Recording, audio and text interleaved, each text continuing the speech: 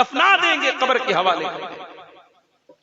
बहुत मोहब्बत करता है आपका बेटा, लेकिन मरने के बाद आपकी लाश आपके घर में रखी होगी, आपका बेटा 24 घंटे से ज्यादा आपकी लाश को अपने घर में रखना गवारा नहीं करेगा। बहुत मोहब्बत करती है आपकी बीवी, लेकिन आपके मरने के बाद, हमारे मरने के बाद मेरे प्यारे साथियों, हमारी बीवियां भी 4 महीना 10 दिन तक हमारे मरने पर गम मनाएंगी, शोक मनाएंगी। उसके बाद उनकी जिंदगी भी नॉर्मल हो जाएगी। न बेटा अपने बाप के साथ कब्र में जाएगा, न बीवी अपने शौहर के साथ कब्र में जाएगी। लोग आएंगे आपकी कब्र में मिट्टी देकर के हाथ झाड़ के चले जाएंगे और गोया के ये पैगाम देंगे, यहां तक लहद तक आपकी ताजीम कर दी, अब आगे आपके आमाल जाने। गोया मिट्टी दे करके वो ये मैसेज दे देंगे कि ऐ मरने वाले, इसी कब्र से, इसी मिट्टी से तू पैदा हुआ था और आज हम तुझे मिट्टी के हवाले करके जा रहे हैं। इस कब्र के अंदर अब तू जाने और तेरा ईमान जाने, और तू जाने तेरा अकीदा जाने, और तू जाने तेरा अमल जाने। इस कब्र के अंदर हम तेरे कोई काम आने वाले नहीं है। मेरे प्यारे साथियों, क्या हमारे दिल में इस बात की चिंता और इस बात की फिक्र नहीं पैदा होती कि हम उस कब्र की जिंदगी के लिए मेहनत करें? ये कब्र वो जगह है मेरे प्यारे साथियों। एक अंसारी सहाबी का जनाजा था, मदीना के अंदर एक अंसारी सहाबी का जनाजा था। हजरत बरा इब्ने आजिब कहते हैं, जनाजा तैयार हो रहा था, कब्र तैयार हो रही थी और मैयत को कब्र में उतारा जा रहा था। अल्लाह के प्यारे नबी भी जनाजे में शामिल थे। फजलस अला शफीरिल कब्री, अल्लाह के प्यारे नबी कब्र के किनारे बैठे हुए थे।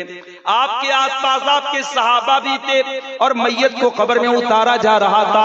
अल्लाह के प्यारे नबी वो सारा मंजर देख रहे थे, आप अपनी आंखों से देख रहे थे।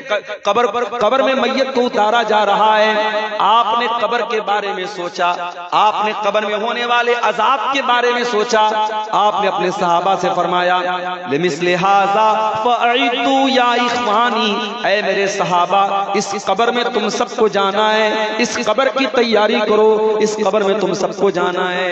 इतना कहते हुए अल्लाह के नबी ज़ारो कतार और रोने लगते हैं। इस कदर रोते हैं कि आपकी दाढ़ी आपके आंसुओं से भीग जाती है, आपके कुर्ते का दामन आपके आंसुओं से भीग जाता है। और अल्लाह के नबी रोते हुए अपने सहाबा से कहते हैं, लिमिस्ले हाज़ा फ़अइदू या इख़वानी, ऐ मेरे भाइयों, ऐ मेरे सहाबा, इस कब्र की तैयारी करो, यहाँ तुम सबको जाना है।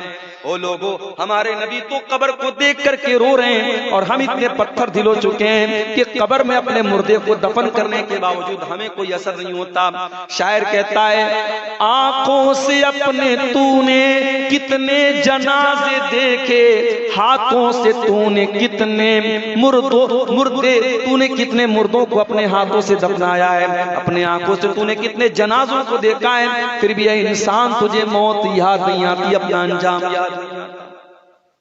मरना तो हम सबको है मेरे प्यारे। कोई इंसान ऐसा नहीं है जो ये कह सके मैं हमेशा रहूंगा। मरना तो सबको, और ये भी नहीं पता कब मरना है। कुल्लु नफ्सिन ज़ाइक़तुल मौत, हर नफ्स को मौत का मजा चखना है, और कब चखना है ये भी नहीं मालूम।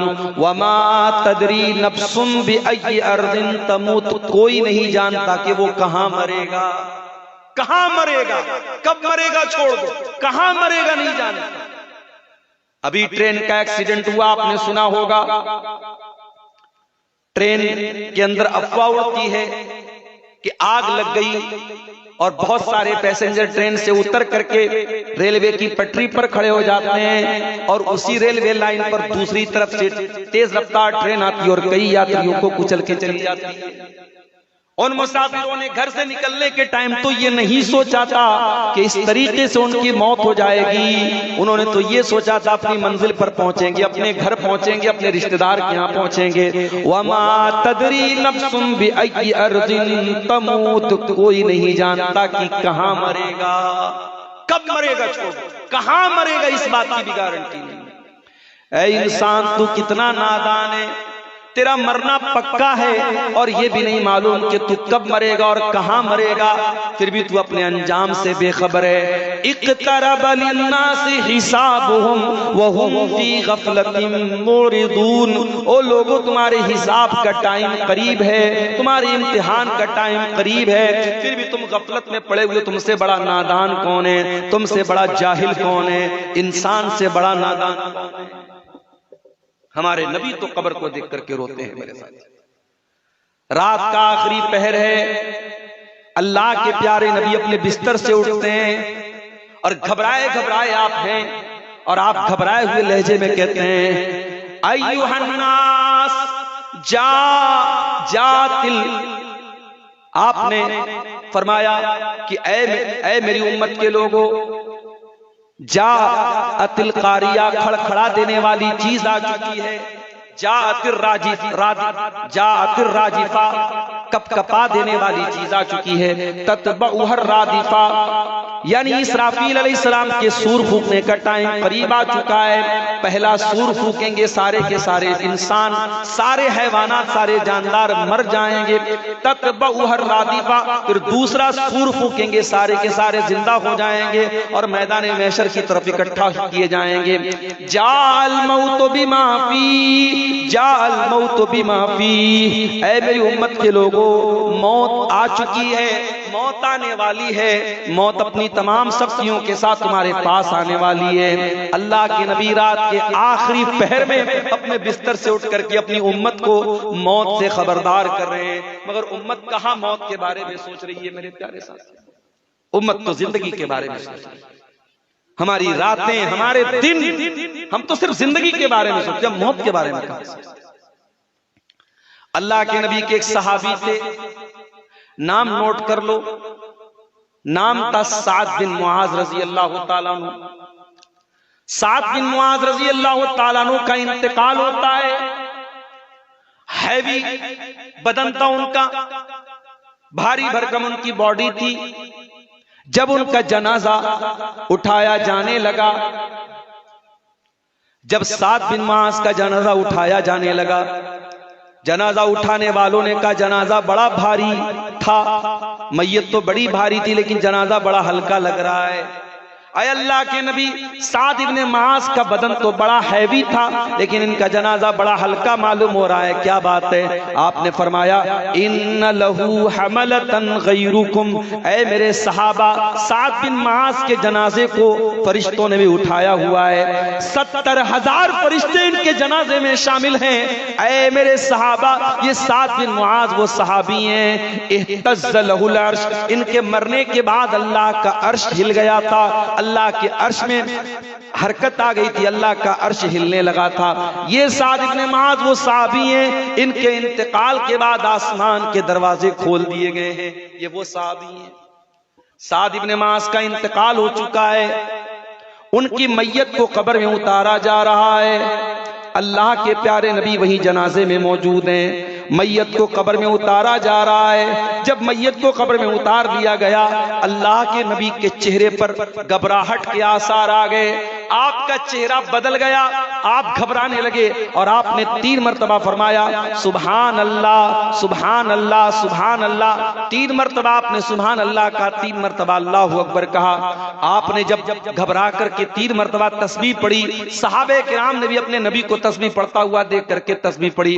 उसके बाद आपने फरमाया कि ऐ मेरे सहाबा, तज़ायक़ला साहिबुकुम अल कब्र, तुम्हारे इस साथी की कब्र इनके ऊपर तंग हो गई थी, इनकी कब्र ने इनको दबोच लिया था, इनकी कब्र ने इनको पकड़ लिया था। और आपने आगे ये भी फरमाया इन्ना लिल कब्रि दम्मतन लौ नजा मिन्हु लनजा साद इब्न मुआज। ऐ मेरे सहाबा, ऐ मेरी उम्मत के लोगों, ये कब्र हर इंसान को दबोचेगी, ये कब्र हर इंसान को पकड़ेगी। और इस कब्र की पकड़ से अगर कोई बच सकता तो साद बिन मुआज बच जाते, मगर वो भी नहीं बचे, इस कब्र ने उनको भी पकड़ा है।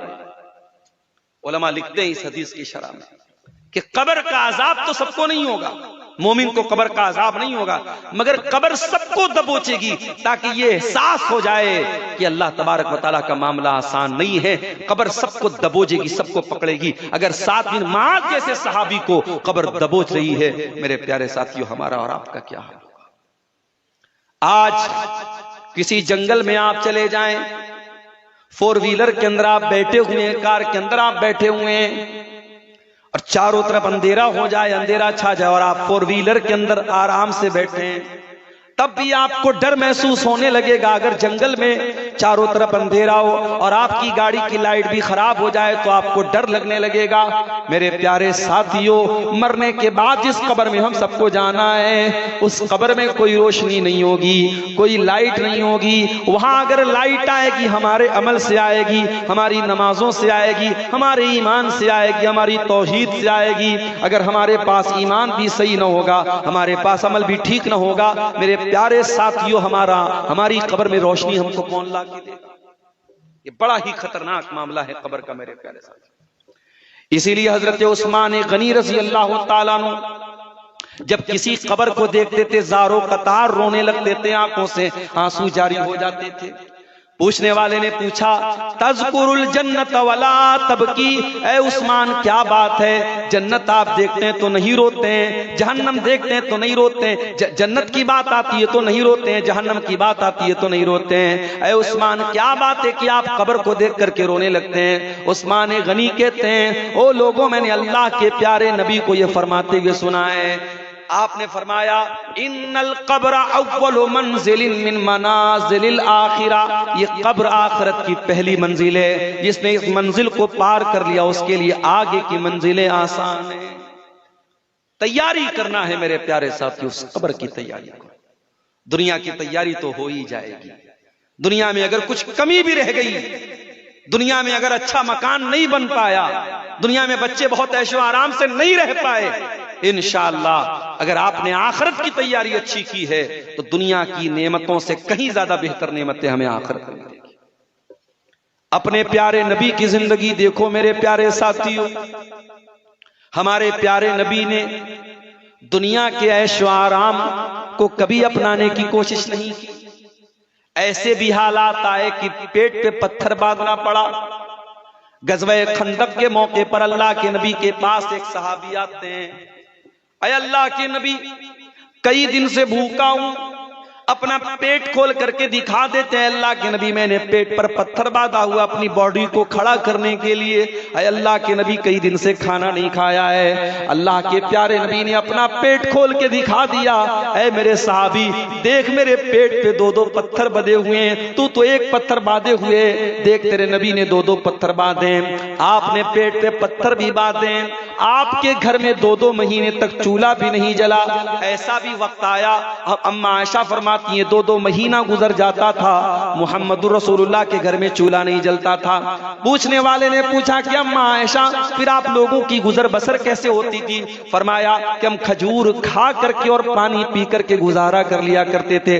मोहम्मद अकरम के घर में 2-2 महीने तक चूल्हा नहीं जलता था। मेरे साथ इतनी तंगी की जिंदगी भी आपने गुजारी, लेकिन हां, ऐशो आराम हासिल करना चाहते तो कर सकते थे, मगर आपने दुनिया से दिल नहीं लगाया।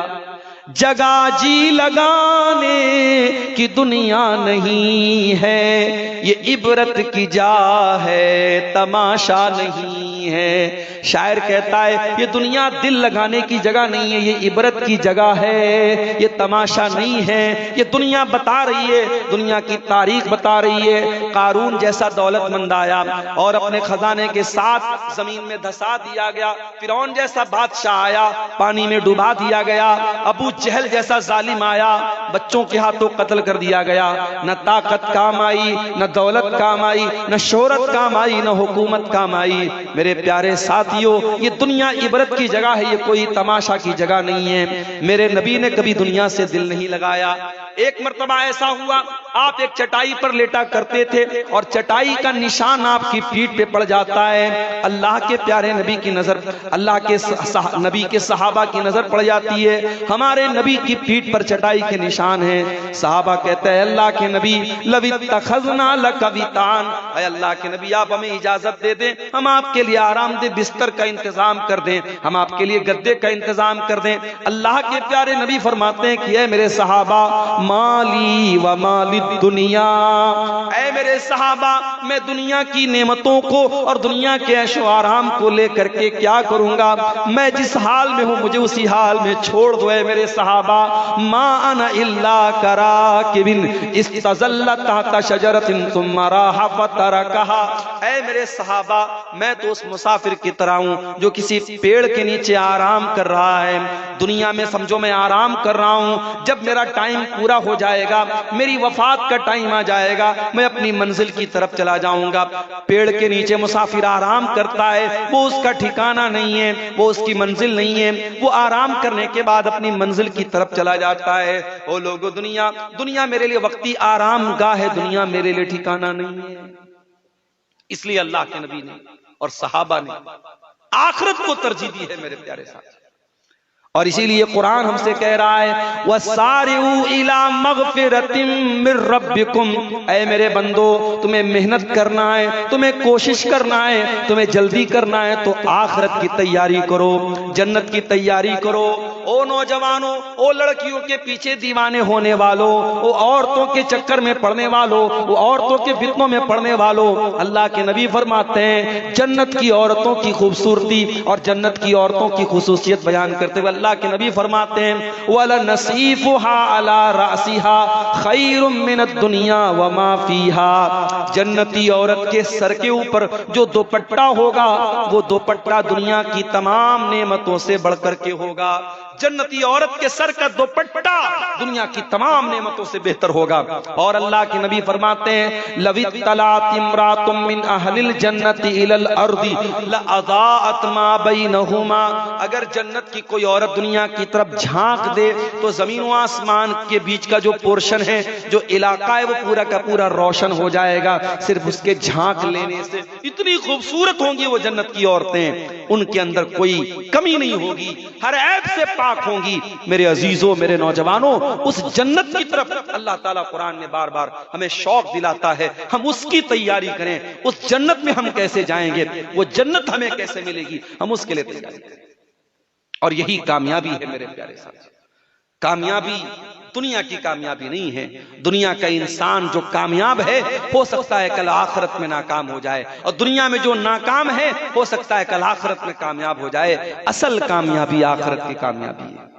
इसीलिए अल्लाह कुरान में कहता है फमन ज़ुज़िया अनिन नारी व उदखिलल जन्नत फ़क़द फ़ाज़, जिसको अल्लाह ताला जहन्नम की आग से बचा ले और जिसको जन्नत में दाखिल कर दे वही कामयाब है। कितना टाइम हो गया?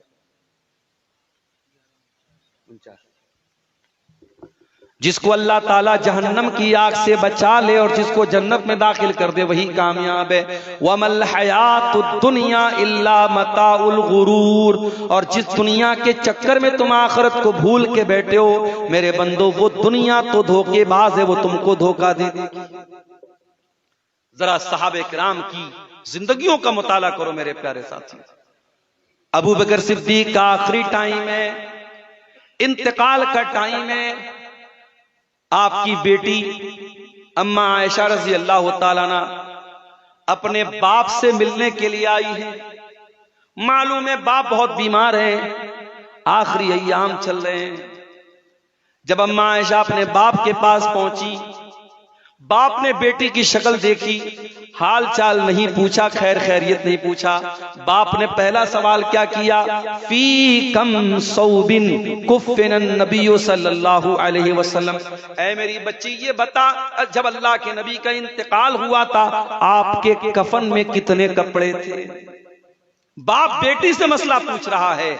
पता ये चला अपनी बच्चियों को ऐसी तालीम दो, उनको ऐसी दीन की तालीम दो कि आपको मसला पूछना पड़े तो अपनी बेटी से मसला पूछो। और ये भी पता चला कि सहाबे किराम मौत के टाइम भी इसी बात की कोशिश करते थे कि हमारा जनाजा, हमारा कफन, हमारा दफन सब सुन्नत के मुताबिक हो। बहुत सारी बिदात और खुराफात आज मैयत के ताल्लुक से और जनाजे के ताल्लुक से हमारे समाज में बहुत सारे इलाकों में देखा गया कि साहब मरने के बाद क्या हो रहा है, पूरी पूरी दावत हो रही है। बेचारा जिसके घर में मौत हुई है, मैयत हुई है, बाप मरा है, बच्चे परेशान है, अब तीसरे दिन वो सबको खानदान को दावत खिला रहे हैं, बिरयानी खिला रहे हैं। ये बेशर्मी और बेगैरती और ये बेहयाई मेरे प्यारे साथियों समाज के लिए कलंक नहीं तो और।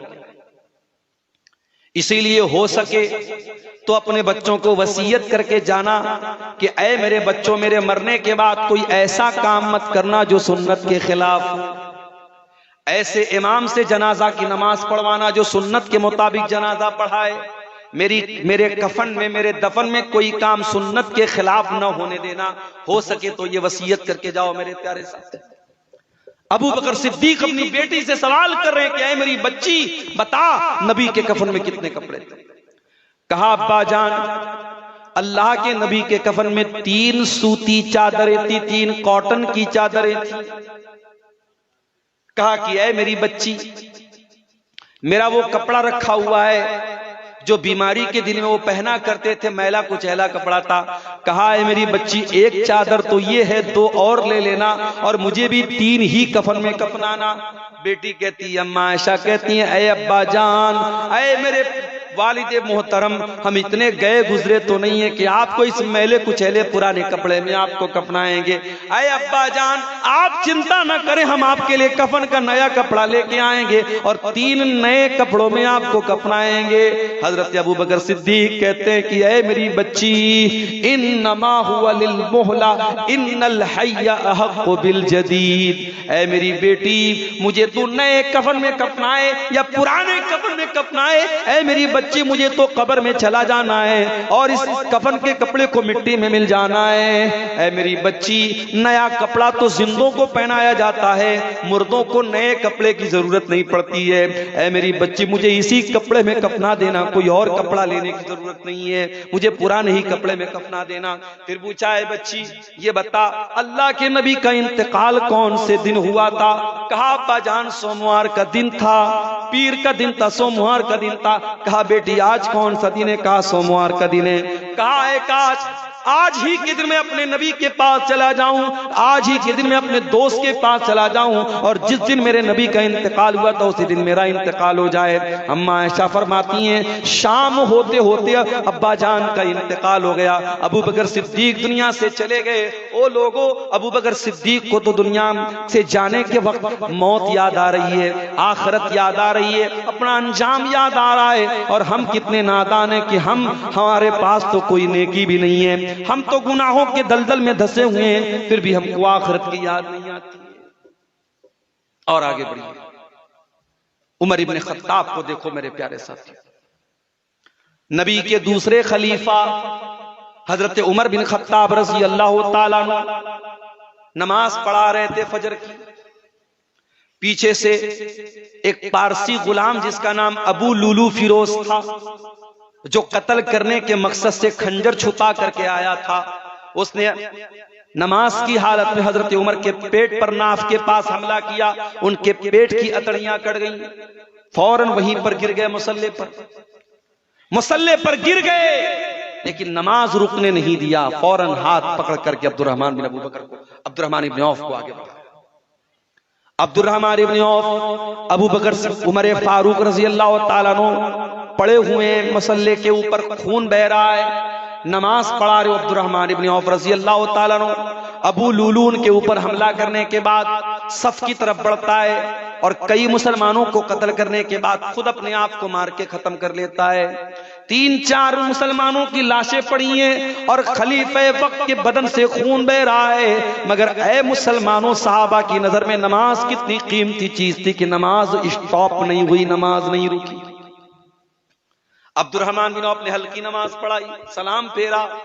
हजरत उमर को जल्दी से घर लेके जाया गया, तबीबों को बुलाया गया, हकीमों को बुलाया गया, जांच की गई, पता लगा कि अब कोई दवा इनको दी जा रही, सब बाहर निकल जा रही है, अतड़ियां कट चुकी हैं। हजरत उमर को यकीन हो गया कि अब मेरे इंतकाल का टाइम आ चुका है, अब मेरा बचना मुश्किल है। पहला सवाल किया, मुझे कत्ल करने वाला कौन है, मेरे ऊपर हमला करने वाला कौन है? किसी ने कहा मुगीरा बिन शोबा का गुलाम है अबू लुलू फिरोज, मजूसी आदमी, पारसी आदमी।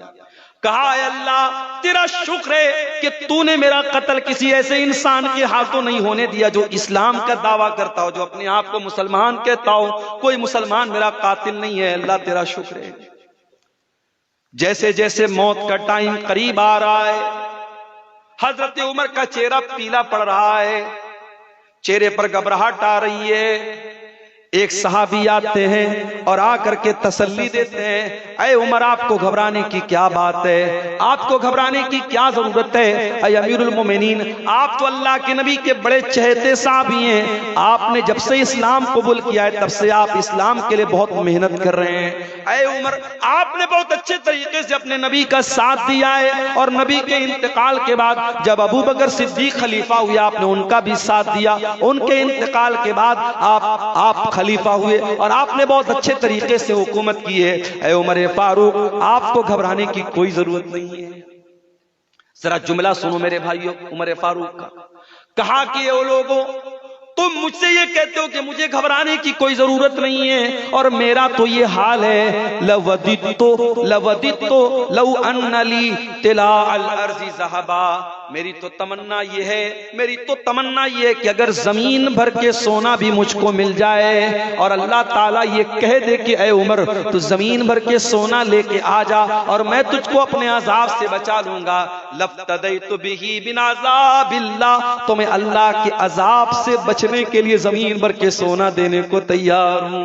अगर मेरे पास जमीन भर के सोना भी आ जाए और अल्लाह कह दे कि उमर तू जमीन भर के सोना दे दे और मैं अपने अजाब से तुझको बचा लूंगा, तो उमर तो उसके लिए भी तैयार है। ओ लोगो, तुम मेरी नेकियों का पहाड़ा पढ़ते हो, मेरी नेकियों का जिक्र करते हो, लवदित्तो कफाफन, उमर के दिल की तमन्ना तो ये है जब अल्लाह के यहाँ उमर के अमाल को तौला जाए, जब नेकियों को तौला जाए, जब गुनाहों को तौला जाए, और अल्लाह ताला के यहाँ जब ये पल्ला बराबर पर भी हो जाए, नेकी और गुनाह का पल्ला बराबर भी हो जाए, उमर उसके ऊपर भी तैयार है। उमर ये नहीं चाहता कि नेकी का पल्ला भारी हो जाए, नेकी और बदी का पलड़ा बराबर हो जाए, उमर तो उसके लिए भी तैयार है।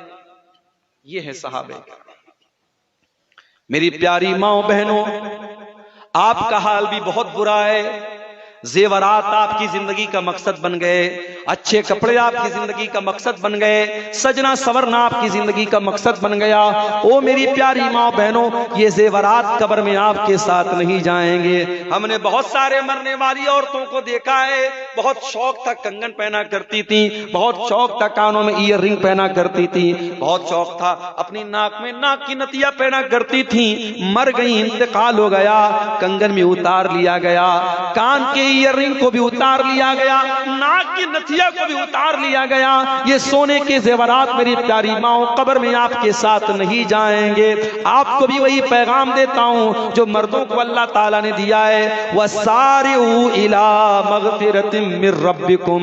मेरी प्यारी माओ बहनों, ये चंद दिन की जिंदगी है, नहीं मालूम कितने दिन हमारी जिंदगी रहेगी। ये जितने अय्याम मिले हैं जिंदगी के, जितने दिन मिले हैं जिंदगी के, इस जिंदगी को गनीमत समझो और अल्लाह को राजी कर लो। अल्लाह की मग़फ़िरत को पाने के लिए मेहनत करो, अल्लाह की जन्नत को पाने के लिए मेहनत करो। एक आखिरी वाक़या सुना के बात खत्म कर रहा हूं। अल्लाह के नबी की ज़ौजे मोहतरमा और हम सब की प्यारी माँ अम्मा आयशा रज़ी अल्लाह ताला अन्हा चाश्त की नमाज पढ़ रही थी।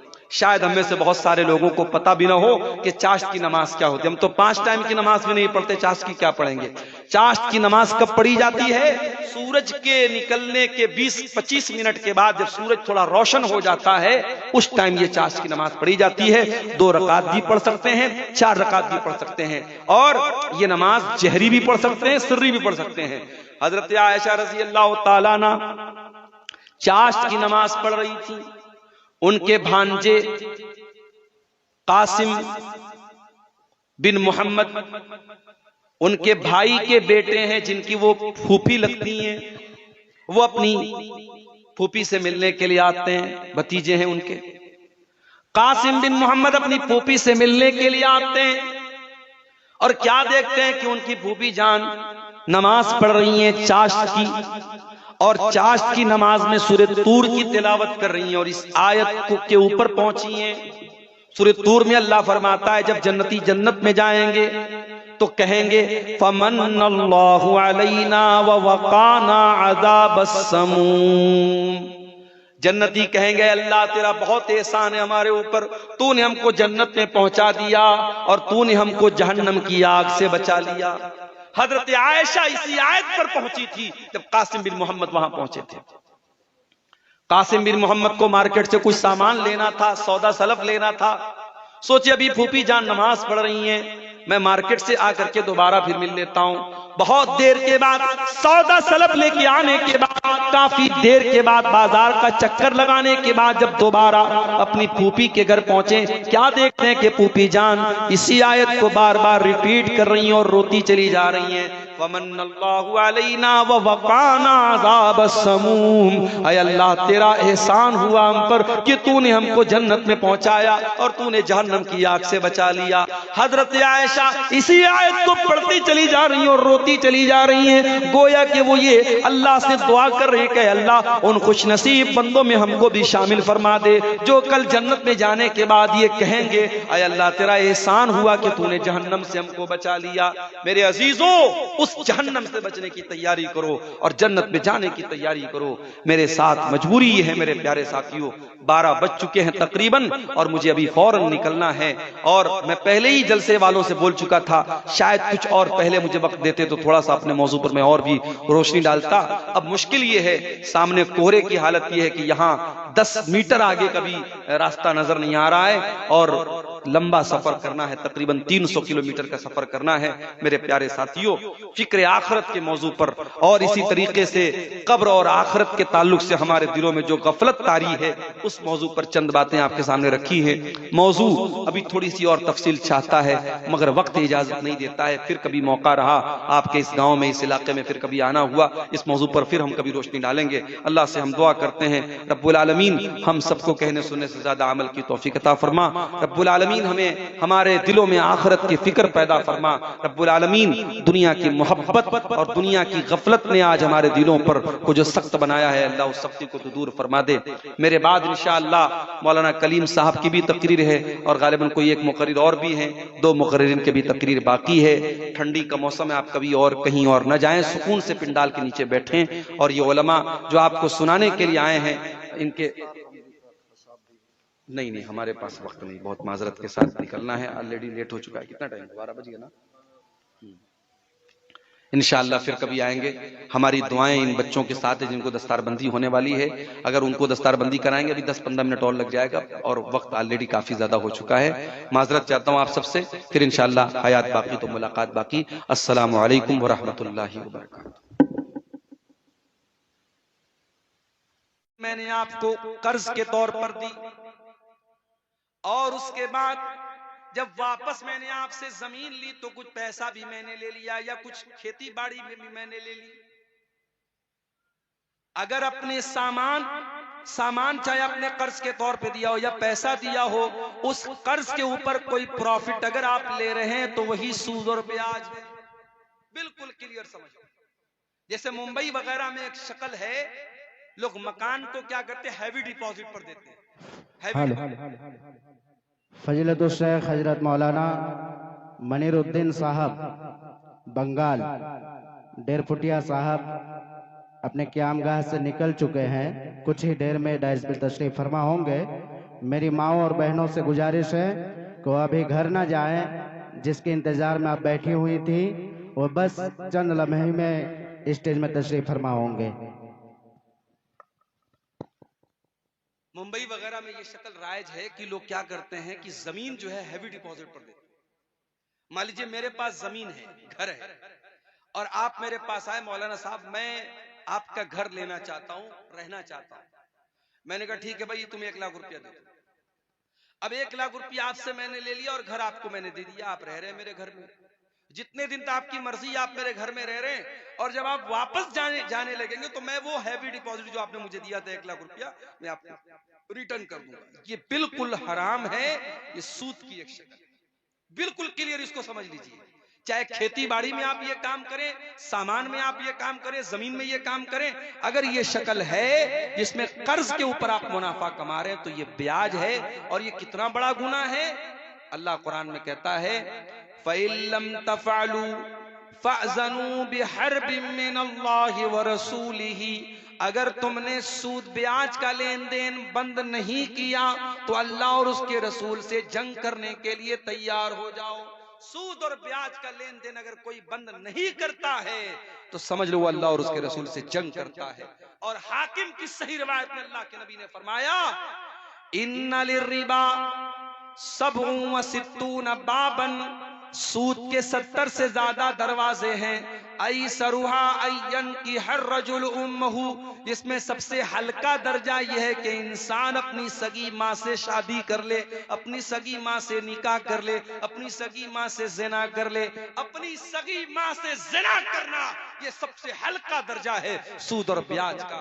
मेरे प्यारे साथियों, आज धड़ल्ले से मुसलमान सूद खा रहा है। इस सूद की लानत से मेरे प्यारे साथियों अपने घर को बचा लो। और याद रखो अल्लाह कुरान में क्या कहता है, यमहकुल्लाहु रिबा व युर्बिस सदकात, अल्लाह सूद को मिटाता है, अल्लाह सदका खैरात में इजाफा करता है। आपने सूद के जरिए ऐसा लगता है कि आप पैसा कमा रहे हैं, माफ कीजिए आप पैसा कमा नहीं रहे बल्कि आप पैसा डुबा रहे हैं। आप अपने पैसे की बरकत को मिटा रहे हैं, आप अपने घर का सुकून मिटा रहे हैं, आप अपनी दुआओं का असर मिटा रहे हैं। जिस घर में हराम कमाई आएगी उस घर की दुआ भी कबूल नहीं होगी। हजरत साद नबी वक्कास रज़ी अल्लाह तआला अन्हु मुस्तजाबुद दावात थे, जब भी दुआ करते थे उनकी दुआ कबूल होती थी। किसी ने पूछा ऐ साद नबी वक्कास क्या राज है आपके इस दुआ के कबूल होने का?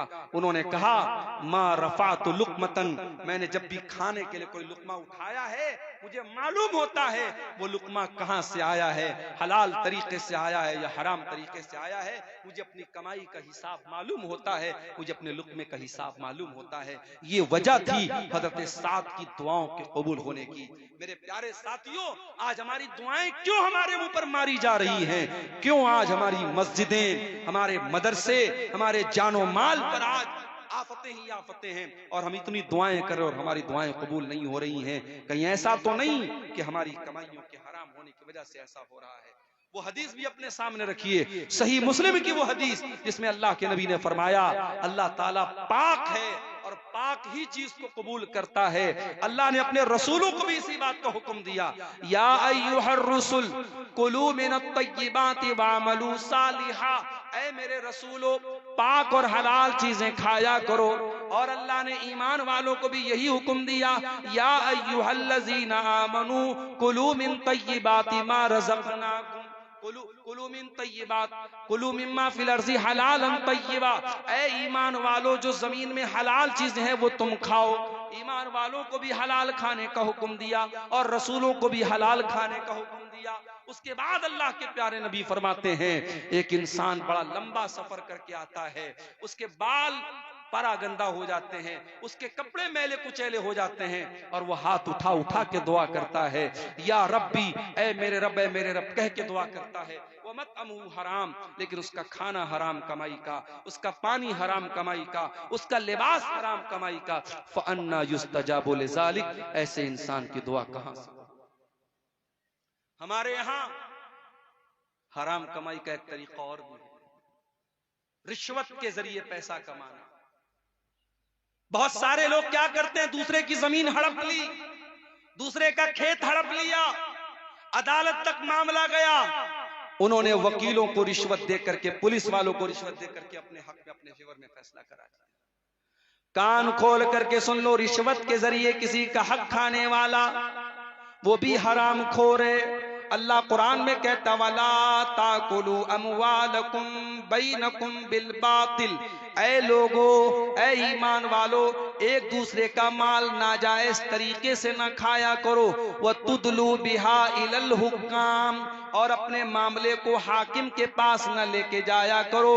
लिताकुलू फरीक़म मिन अमवालिन नास बिल इस्मि व अंतुम तालमून, जानबूझ करके दूसरों का माल नाजायज तरीके से खाने के लिए हाकिम के पास, अदालत के पास, जज के पास, वकील के पास अपने मामले को न लेके जाया करो।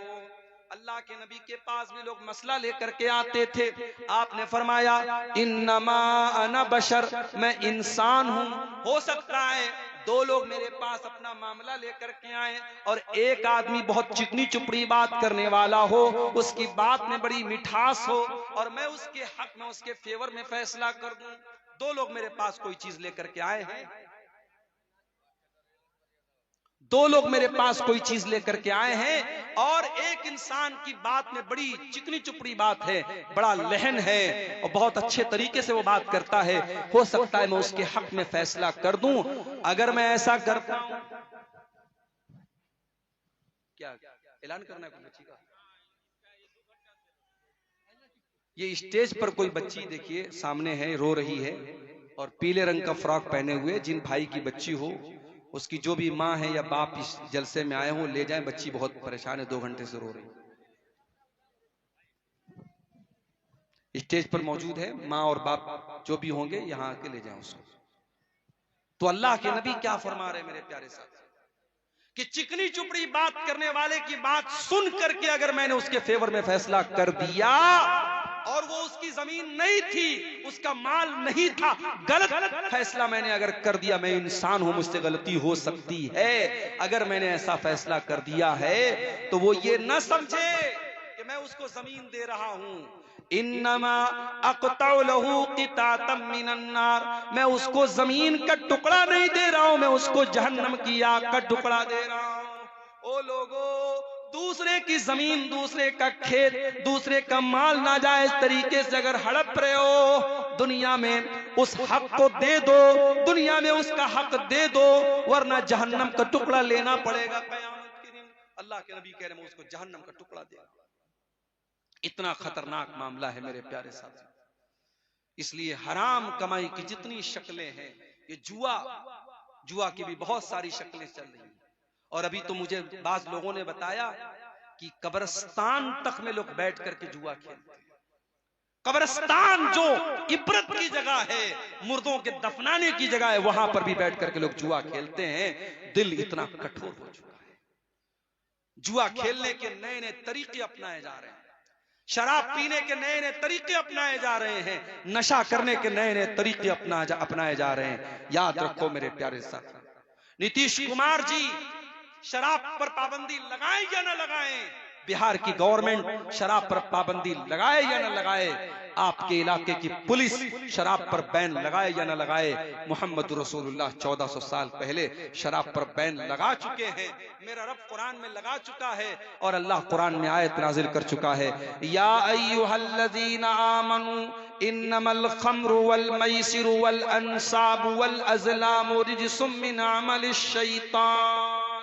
ऐ ईमान वालो, शराब और जुआ गंदी चीज है, शैतान का काम है, इनसे बचो तभी तुम कामयाब हो सकते हो। इन्नमा युरीदु शैतानु अन युक़िया बैनकुमुल अदावत वल बग़ज़ा फिल खम्रि वल मैसिर। जहां शराब आएगी, जहां जुआ आएगा, वहां लड़ाई होगी, वहां झगड़े होंगे। कितने मर्डर हो जाते हैं आज, कितने कत्ल हो जाते हैं इस शराब की वजह से और इस जुए की वजह से। भारत सरकार का डाटा बता रहा है, भारत सरकार की और रोड का जो मंत्रालय है, परिवहन मंत्रालय, वो बताता है कि भारत में रोड एक्सीडेंट्स की सबसे बड़ी वजह क्या है?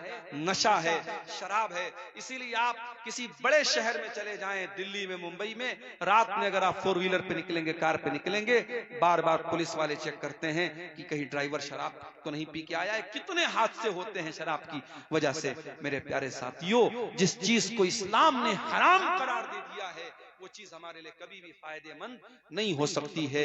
ये शराब और ये जुआ हमारी कौम को बर्बाद कर रहा है। और अब तो शराब तो बहुत छोटी चीज हो गई मेरे साथियों, अब तो आपका नौजवान ड्रग्स ले रहा है, ऐसा पाउडर इस्तेमाल कर रहा है कि आप सोच नहीं सकते हैं। मुंबई के बाज इलाकों में मुझे भाइयों ने बताया, वहां एक पाउडर आता है, उसको एमडी बोलते हैं। बड़ा खतरनाक किस्म का नशा होता है, और जो नौजवान एक बार उस नशे का आदी हो जाता है, फिर वो नशा छोड़ना उसके लिए बहुत मुश्किल होता है। और इतना खतरनाक वो नशा है कि पूरी बॉडी को, पूरी अंतड़ियों को गला के खत्म कर देता है। हमारे नौजवान गुटखा खाते हैं। गुटखा, मैं ये नहीं कहता कि जो मसला शराब का है वही मसला गुटखा का है। शराब अपनी जगह है, गुटखा अपनी जगह है, मगर हराम तो गुटखा भी है ना। क्यों? इसलिए हराम है। उस गुटखा के अंदर अगर नशा न भी हो, इसलिए ये हराम है क्योंकि ये आपके शरीर को खोखला कर रहा है। जब उस गुटखे के पैकेट पर ये लिखा है कि टोबैको कॉजेस कैंसर, तंबाकू से कैंसर हो सकता है, जब गुटखा के ऊपर खुद सरकार ने लिखवाया है और गुटखा कंपनी ने लिखवाया है, और आप उस गुटखे को खा करके अपने आप को कैंसर के हवाले कर रहे हैं। माफ कीजिए, ये शरीर, ये जिस्म, ये अल्लाह ताला ने अमानत के तौर पे दिया है। इस शरीर को बर्बाद करने का हमें और आपको कोई अधिकार नहीं है। इसलिए मेरे साथियों, मेरे नौजवान साथियों, गुटखे से भी अपने आप को दूर रखो, शराब वगैरह से भी दूर रखो, हर उस चीज से दूर रखो जो आपकी बॉडी और आपके शरीर को नुकसान पहुंचाए। और आगे बढ़िए, एक और चीज जो हमारे समाज को बर्बाद कर रही है बड़ी तेजी के साथ, मर्द और औरत के नाजायज ताल्लुकात, जिनाकारी और बदकारी समाज को बर्बाद कर रही है, रिश्तों की मर्यादा को बर्बाद कर रही है। हालात ये हो चुके हैं कि महरम रिश्ते, जिन रिश्तों से पर्दा नहीं करना है औरत को, यानी ससुर का रिश्ता, यानी भाई का रिश्ता, यानी बाप और बेटी का रिश्ता, भी आज बहुत सारे ऐसे हादसे हो रहे हैं कि इन रिश्तों में भी आज रिश्ते तार तार हो रहे हैं। इस कदर लोगों के दिमागों में गंदगियां भर दी गई हैं कि आज महरम रिश्तों के साथ भी ज्यादती हो रही है, 5-5 साल की बच्चियों के साथ ज्यादती हो रही है। ओ लोगों, याद रखो, सरकार कानून तो बना लेगी, मगर कानून को जमीन पर लागू कौन करेगा? दिल्ली में चलती बस में जब एक लड़की के साथ रेप हुआ, पूरे भारत में बड़ा बवाल हुआ, मीडिया में बड़ा बवाल हुआ। निर्भया कांड आपको याद होगा। निर्भया कांड के बाद बहुत कानून सख्त किया गया, लेकिन आज भी जिना के वाकयात भारत की धरती पर हो रहे हैं। कलकत्ता की सरजमीन पर एक लेडी डॉक्टर के साथ बड़ी बेरहमी से न सिर्फ रेप किया गया, उसके जिस्म पर कितने हमले किए गए, उसके जिस्म पर कितने चाकू से हमले किए गए, और रेपी जब पकड़ा गया उसके चेहरे पर जर्रा बराबर भी अफसोस और नदामत नहीं था। ओ लोगों, याद रखो, तुम कानून तो बना लोगे, तुम पुलिस का सिस्टम तो मजबूत कर लोगे, मगर दिल में अल्लाह का डर जब तक पैदा नहीं होगा, ये क्राइम नहीं रुकेगा, ये अपराध नहीं रुकेगा। जब तक ये एहसास पैदा नहीं होगा, मालिक यौमिद्दीन, हमें उस अल्लाह को जवाब देना है जो हिसाब के दिन का मालिक है, जो बदले के दिन का मालिक है, और कयामत के दिन अपने हर करतूत का बदला हम सबको देना पड़ेगा। जब तक हमारे दिल में ये एहसास पैदा नहीं होगा, तब तक ये अपराध रुकने वाले नहीं है, क्राइम रुकने वाले नहीं है। नबी की अदालत में एक आदमी आता है, नाम है माइस बिन मालिक असलमी, और वो आकर के कहता है, अल्लाह के नबी, मैंने जिना किया है, मैं शादीशुदा इंसान हूं, मैंने जिना किया है। अय अल्लाह के नबी, मुझे पता है जिनाकार की सजाए मौत है। अय अल्लाह के नबी, मुझे पत्थरों से मार मार के खत्म कर दीजिए, मुझे सजा दे दीजिए, मुझे पाक कर दीजिए।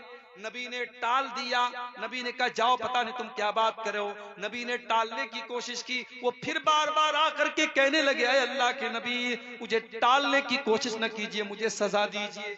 आपने सहाबा से कहा, जरा इनके मुंह के पास जाके जरा सूंघ के देखो, कहीं शराब तो पी के नहीं आए हैं, कहीं नशे की हालत में तो नहीं है। सहाबा ने सूंघ के देखा, कहा, अल्लाह के नबी, नशे की हालत में नहीं है। आपने अड़ोस पड़ोस से पता लगवाया, दिमाग तो खराब नहीं हो गया है, दिमाग तो सही तरीके से काम कर रहा है। सहाबा ने रिपोर्ट दी, हाँ अल्लाह के नबी, दिमाग बिल्कुल सही काम कर रहा है।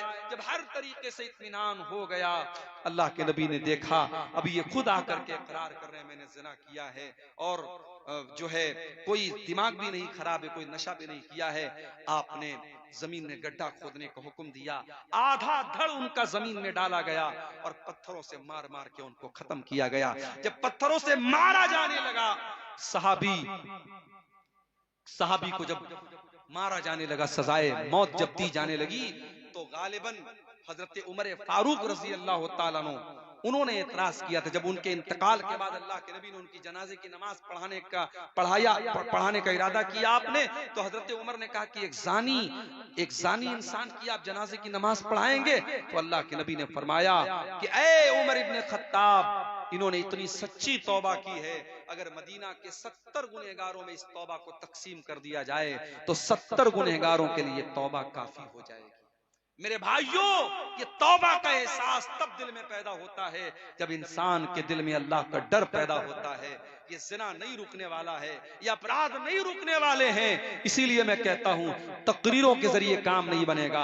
अपने बच्चों को बचपन से अल्लाह का खौफ उनके दिल में पैदा करो, अपने बच्चों को ऐसी तरबियत दो। आपकी बेटी जब घर से निकले तो सिर्फ ये सोच करके पर्दा ना करे कि मेरे माँ ने कहा है, मेरे बाप ने कहा है, वो ये सोच करके पर्दा करे कि मेरे रब ने कहा है, मेरे कुरान ने कहा है, मेरे नबी ने कहा है। और जब ये सोच करके वो पर्दा करके निकलेगी तो मुस्कान नाम की वो लड़की कर्नाटक की सरजमीन पर, जिसके नकाब पहन करके निकलने पर उसके सामने बदतमीजी की गई और उसने अल्लाह अकबर की आवाज बुलंद की थी, वो हमारी बेटी और बहनें मेरे प्यारे साथियों तब पैदा होंगी जब आप उनकी सही तरबियत करेंगे, अल्लाह का खौफ उनके दिल में पैदा करेंगे। एक औरत आती अल्लाह के नबी के पास, उस औरत ने भी आकर के कहा अल्लाह के नबी इन्नी सब तो ज़िना, मैंने ज़िना किया है, मुझे पाक कर दीजिए। बाज़ उलमा ने लिखा है कि उस औरत के साथ ज़िना किया था माइज़ बिन मालिक अस्लमी ने। ये गामिदिया औरत थी, ये भी आकर के कहती है अल्लाह के नबी मैंने ज़िना किया है। अल्लाह के नबी ने फरमाया कि जाओ अल्लाह तुमको माफ करे। उसने कहा मुझे टालने की कोशिश न कीजिए, मैं प्रेग्नेंट हूँ, मेरे पेट में बच्चा है, आपको मुझे सजा देनी पड़ेगी। आपने कहा गलती तेरी है, तेरे बच्चे की कोई गलती नहीं है, जा जब बच्चा जन्म ले, जब बच्चा पैदा हो जाए तब तो मेरे पास आना। 9 महीने गुजर गए, बच्चा जन्म लेता है, बच्चे को गोद में लेकर के आती है, अरे अल्लाह के नबी अब तो मुझे पाक कर दीजिए। आपने कहा जा अभी बच्चा तेरा दूध पिएगा, अभी बच्चा बहुत छोटा है, जब बच्चा रोटी खाने लगे दूध छोड़ दे तब तू मेरे पास आना। अल्लाह के नबी 2 साल की और मोहलत दे देते हैं उस औरत को। 2 साल के बाद वो आती है, जब बच्चे के हाथ में रोटी का टुकड़ा ले लेता है बच्चा, बच्चे के हाथ में रोटी का टुकड़ा है और बच्चे को गोद में लेके आती है, अरे अल्लाह के नबी मेरा बच्चा दूध छोड़ चुका है, रोटी खाने लगा है, अब तो मुझे पाक कर दीजिए। उस औरत के लिए भी अल्लाह के प्यारे नबी जमीन में गड्ढा खुदवाते हैं और उस औरत को भी पत्थरों से मार मार के खत्म किया जाता है। और जब उस औरत को पत्थर मारे जाने लगे, उस औरत के खून के कुछ छींटे हजरत खालिद बिन वलीद के कपड़े पर पड़ गए और खालिद बिन वलीद की जबान से कुछ नाजेबा कलिमात निकल गए कि ऐसी नापाक औरत का खून मेरे कपड़े पर पड़ गया, कुछ इस तरीके के जुमले उनके मुंह से निकल गए। अल्लाह के नबी ने फरमाया महलन या खालिद, ऐ खालिद खबरदार, अपनी जबान को कंट्रोल करो, अपनी जबान को लगाम दो। लक़द ताबत तौबतन लौ ताबहा साहिब मुहसिन लगुफिर लहू। ऐ खालिद, इस औरत ने इतनी सच्ची तौबा की है, अगर कोई डाकू और कोई चोर भी ऐसी तौबा करता अल्लाह उसकी तौबा कबूल कर लेता। मेरे प्यारे साथियों, हम आज अगर इन गुनाहों से बचना चाहते हैं तो हमें और आपको अपने दिल में अल्लाह का खौफ पैदा करना पड़ेगा। और मेरे अजीजों, आखिर में यही गुजारिश करना चाहता हूं कि अपनी नौजवान नस्ल को ये मदरसा मिफ्ताहुल उलूम जैसे मदरसे या आपके बच्चों को और आपकी बच्चियों को जो दीनी तालीम दे रहे हैं, इनको कुरान और हदीस सिखा रहे हैं, ये हमारी बुनियादें हैं। मेरे भाइयों, इन बुनियादों को सींचना, इनको कायम रखना हमारी और आपकी जिम्मेदारी है। इनको जरूर कायम रखिए और अपने बच्चों को अल्लाह का खौफ उनके दिल में पैदा कीजिए। हम अल्लाह से दुआ करते हैं रब्बुल आलमीन हमें हर किस्म की बुराई से, हर किस्म की हराम कमाई से, हर किस्म की बुरी आदत और लत से अल्लाह ताला हम सब की हिफाजत फरमाए। अल्लाह ताला जब तक दुनिया में जिंदा रखे, इस्लाम पर जिंदा रखे और हम सब का खात्मा ईमान पर हो। आमीन व आखिर दावाना अल्हम्दुलिल्लाहि रब्बिल आलमीन। वस्सलामु अलैकुम व रहमतुल्लाहि व बरकातुहू। वालेकुम अस्सलाम।